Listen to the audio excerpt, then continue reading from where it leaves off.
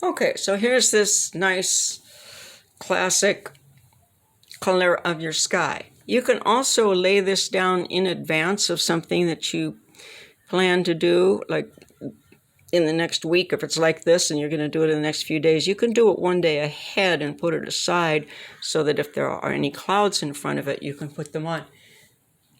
It actually, at this time, the skies are very, very clear at sunset, but just for a period of time in the late afternoon, some clouds show up, and they're longer, they're darker, and they're longer than this, but it's nice to have this behind them. All right, so this is a sky made by looking at it and doing it carefully.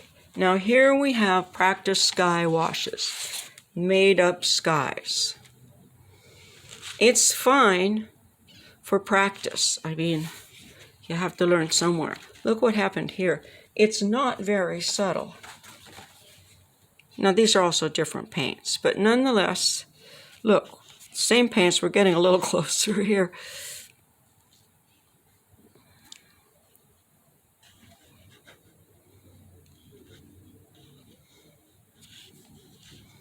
But that's fine. These you can do imaginary foregrounds on. I'm saving them still. I think I was trying to make them basically the same and then do something different so there'd be a record of sort of what it looked like.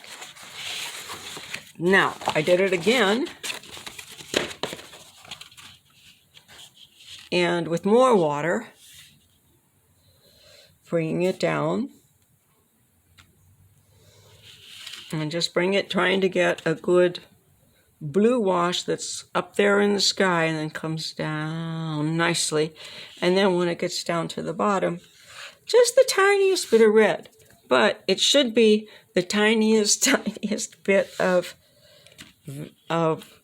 not full intensity red. Lots of water, then your yellow next. And you can use that lemon yellow, that works just fine. Not so strong though. And you want them to blend a bit in the water. And maybe there's a bit much blue, but that's okay. You learn by doing. Okay, but look at these. These are going to work. They're almost not there.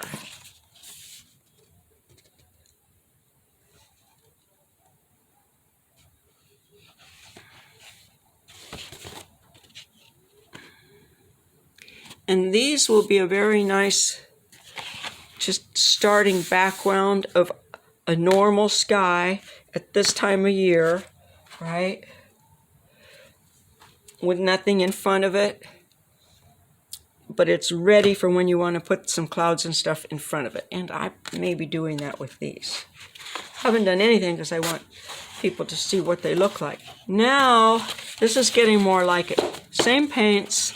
Here are 3 practice skies that now I can put a landscape, I have to put the ocean here, but I can put clouds in front of. Okay, but they're very light.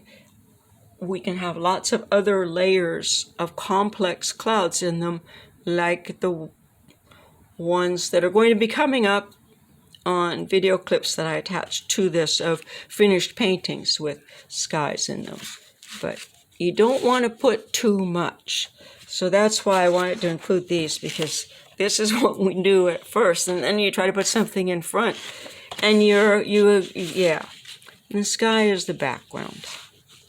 And sometimes it's the main point, but you still need something in the foreground to tell you what it is and where it is. And this one has a little bit of clouds worked into it for fun.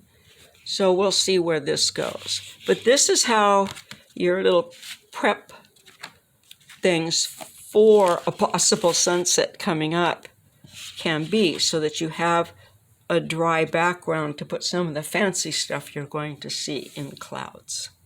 The fancy stuff. And here's one. The same view, just out my window, across the street, but it's very foggy.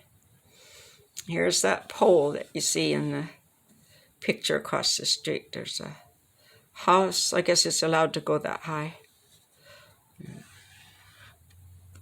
That's not there yet.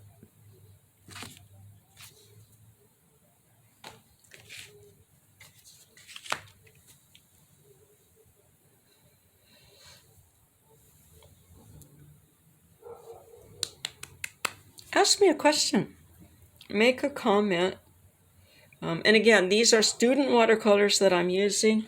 These are Winsor Newton watercolors. These are a very respectable, inexpensive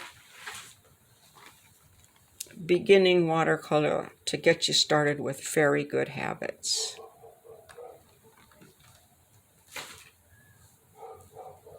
All right, I think that's everything on the sky stuff until I do some live action stuff with these. Ooh, I'm looking out the window. I see some live action I can do. There's a white cloud bank way out on the horizon, and above and behind it is a strip of dark blue little clouds. Or maybe that's in front of it. I can't tell, but it's pretty neat looking. Okay.